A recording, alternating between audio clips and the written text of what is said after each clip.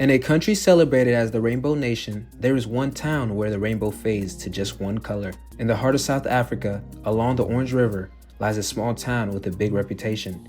Its name is Orania. At first glance, it looks peaceful. Neat houses, tidy gardens, and children riding their bikes down quiet streets. But Orania is not famous for its beauty. It is infamous for one extraordinary fact. Almost everyone who lives here is white. Roughly 3,000 people call Orania home.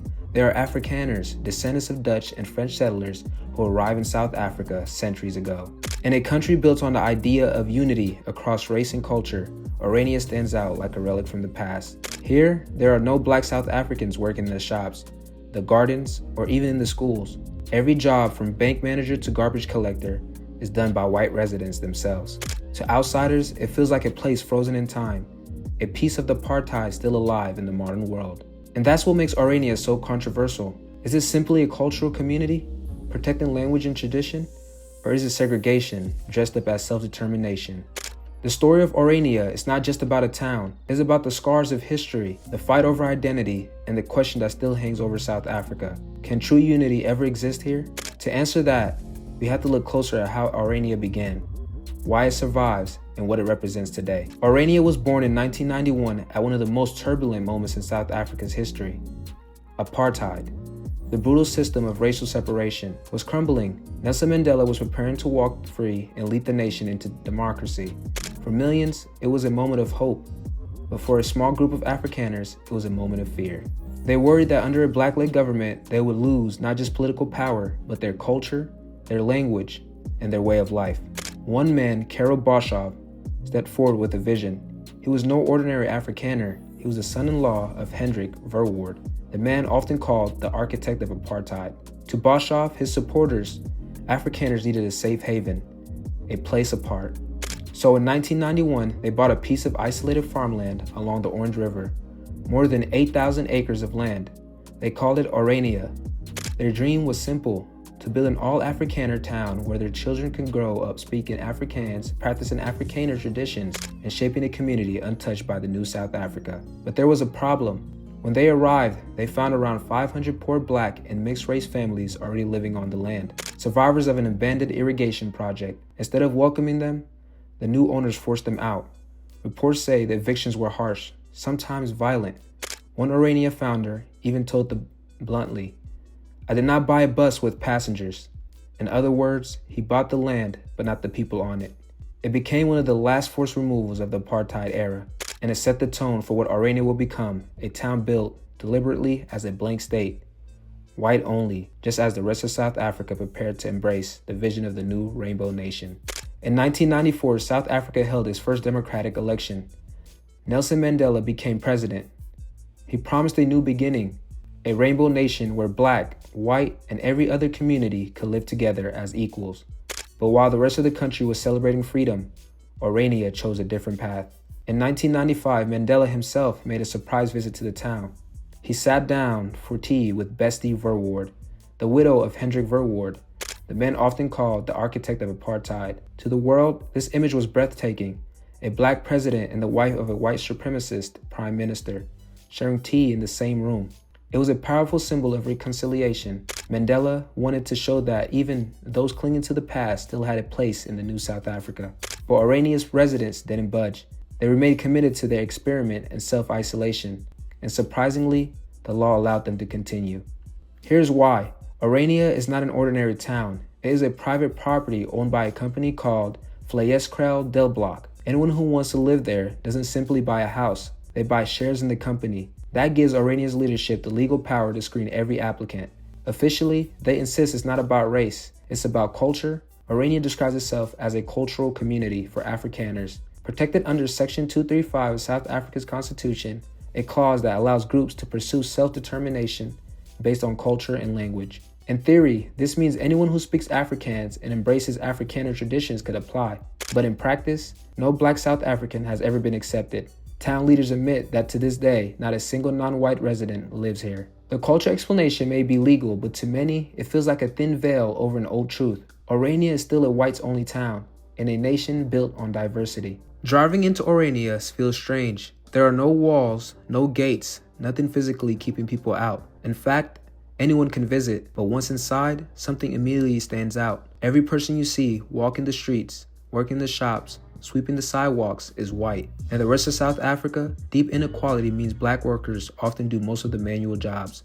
But in Orania, residents insist on doing their own dirty work. Teenagers bag groceries, older men mow lawns, women clean and garden. One resident explained it bluntly: when outsiders see all the gardeners are white, they say, "Wow, these people must be racist." But that's not it at all. It's about self-reliance. Self-reliance defines Orania. The town has its own schools, its own churches, even its own radio station. It flies its own flag and honors Afrikaner leaders with statues on a hilltop. Inside its museums, portraits of apartheid figures hang proudly, reminders of a past the rest of the country is trying to move beyond.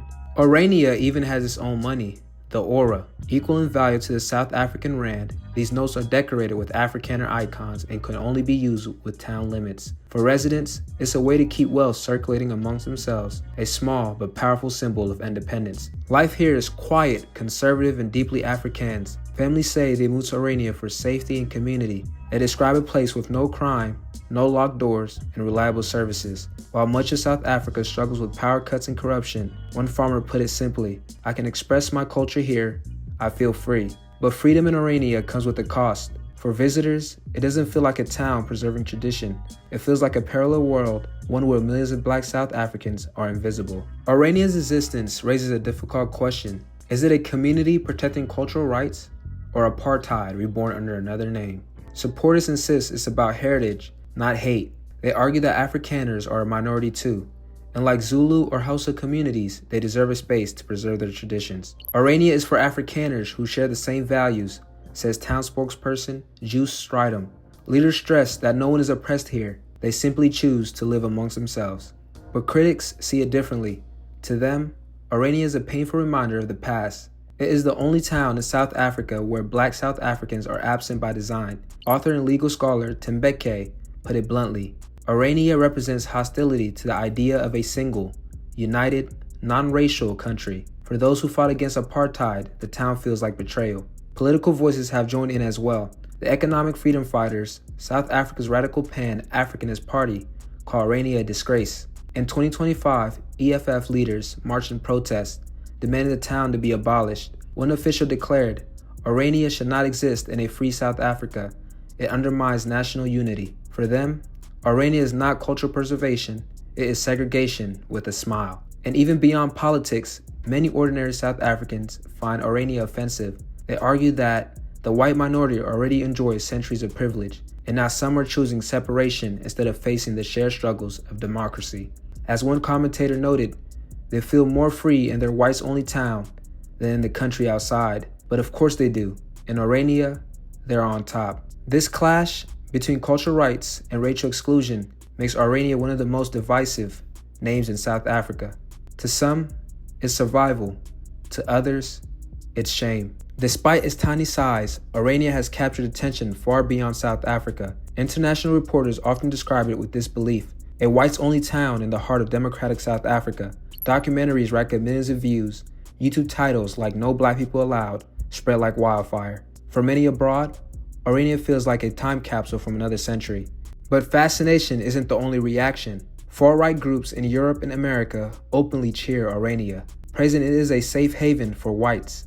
Town leaders, aware of this interest, have even reached outward for support. In 2025, Orania's representatives traveled to the United States to meet with conservative organizations hoping to attract investments and international recognition. Juice Stridham, Orania's spokesperson, explained the strategy bluntly: "We wanted to gain recognition with the American focus on South Africa now." They sought sympathy and money as their community continues to grow. But official governments have kept their distance. The US, for example, made it clear Orania is not a country. It remains a part of South Africa, bound to its laws. While individuals may show curiosity, no major government has endorsed Orania's separatist vision. For South Africa's leaders, though, the global spotlight is deeply uncomfortable. Each headline about Orania's undermines the image of the Rainbow Nation. It reminds the world that decades after apartheid's collapse, the country still wrestles with the shadows of its past.